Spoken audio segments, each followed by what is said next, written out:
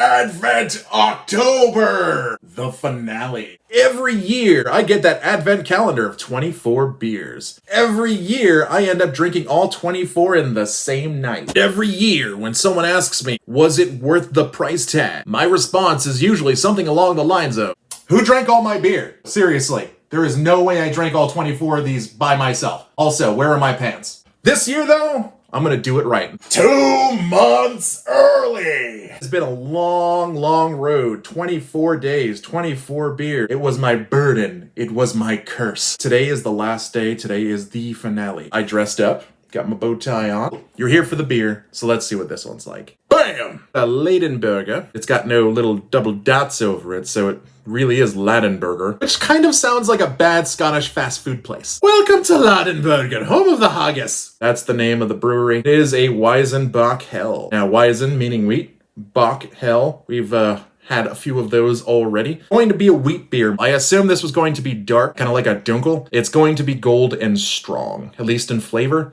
However, it is still made with wheat. It's got a really happy Zelda Hyrule looking bird on here. Usually when you see something like this that looks like it's on a coat of arms, they're super serious. Not this son of a bitch. It's like, ah! Really need to point this out because it's so small. It's honored to be one of the best Weizenbock beers in the world. I am excited because I love wheat beer. And this is the only one that claims to be the world's best wheat beers. Really don't want to upset the world right now and give this a bad rating. But I'm gonna if it's bad. So only way to find that out is to tap and crack it open. Going back to the glass that started it all. This is what a wheat beer will look like. Nice gold, hazy. Shouldn't be able to see through it. Should have a sweet aroma, but let's find out. It has got a nice sweet banana and clove aroma. Love my bananas in my beer. Hate them in real life. Don't know why. The flavor goes straight to your soul.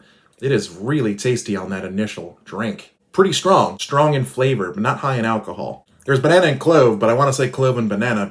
You taste the cloves more than the banana. It's definitely going to be more spiced than it is fruity. But both of those are in there. Yeah, spiced fruity instead of a fruity spiced beer. It's pretty tasty. I'm going to be enjoying the hell out of this. There's a reason it's called one of the world's best Weizenbocks, because it's very frickin' tasty. I would get another one of those smiling eagles in a heartbeat. This is great. They kept this for the last, and I'm really happy about it. This easily gets a 5 out of 5. Definitely enjoying this beer. Definitely recommend it to other people. People might want a little bit more of the banana over the clove, but it works perfectly as is. This being the last day, I have to review the whole advent calendar. Perfect score overall would have been 120 points in a perfect world.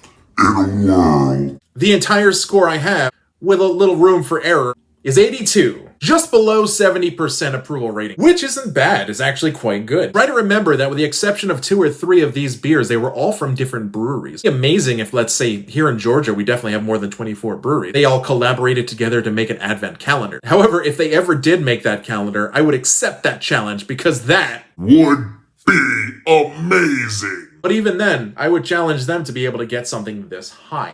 Now, does it warrant the $60 price tag? Before tax, of course. Now, is it worth the cost? I say yes. Now, is a 24-pack of Budweiser cheaper? Yeah, it's almost half the price. Makes it $1 and change cheaper per beer. But even if you really love Budweiser, and I'm not gonna make fun of the people who do, that's just mean. If you give a Budweiser 5 out of 5, you're still having the same beer every day for almost a month. There's no adventure to it, no surprise. Found myself looking forward to one big thing every day. It was going to be a different style, be something different. I could love it, I could hate it, up and down, a roller coaster of emotions. I just really enjoyed it. So is it worth the $60 price tag? Yeah, of course. It was worth the adventure alone. I've spent $60 on a lot dumber things than this. Even the ones that were terrible, I was excited about until I tried them. Unfortunately, they failed me. And thanks to this, I did get to start a new adventure. Got to start a review show that was mostly for me. Without this review show, I never would have learned how to edit. Because I'm sure you haven't noticed that it's raining outside now. Poorly.